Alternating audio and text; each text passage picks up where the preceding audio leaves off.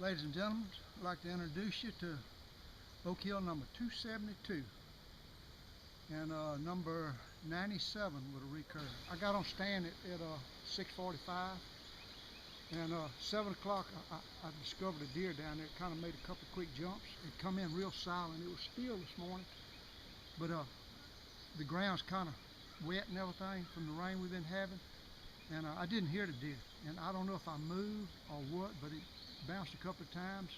I knew it was a deer, but I couldn't see it, and it's thick down looking through the tops of the privet hedge. And then I saw it, got a glimpse of it as it was sneaking off. Well, that was 7 o'clock.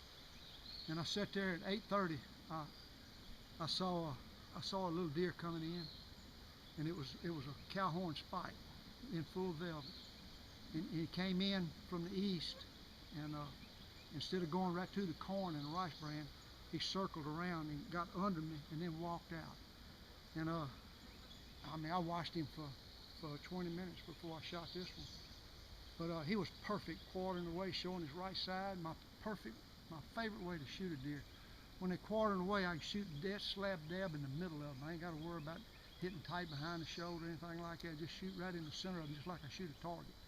And I love it. And I was really tempted to shoot him, but before I could, this deer here came in, and he was the little cow horn spike was real small. I mean, a little bitty deer.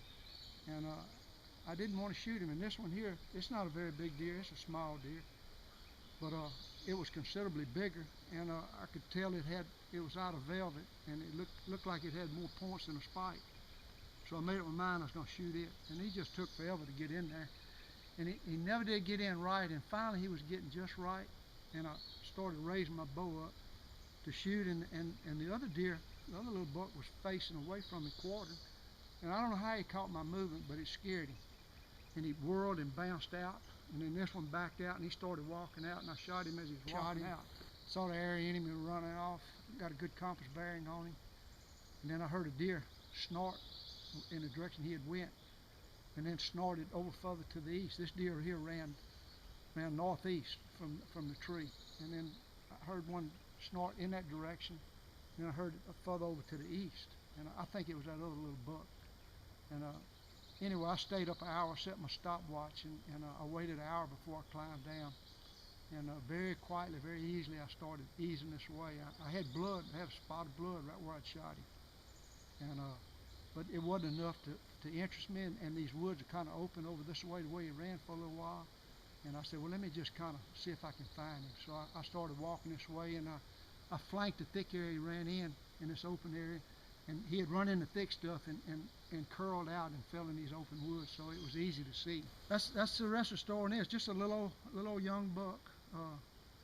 I wouldn't have shot him with a gun, but I was glad to get him with a bow and get me close to that 100 with a recurve. But right now I'm fixing to shut this thing down, and I'm gonna tag him, and I'm gonna field quarter him, and I'm gonna pack him in a truck, and I'm going home.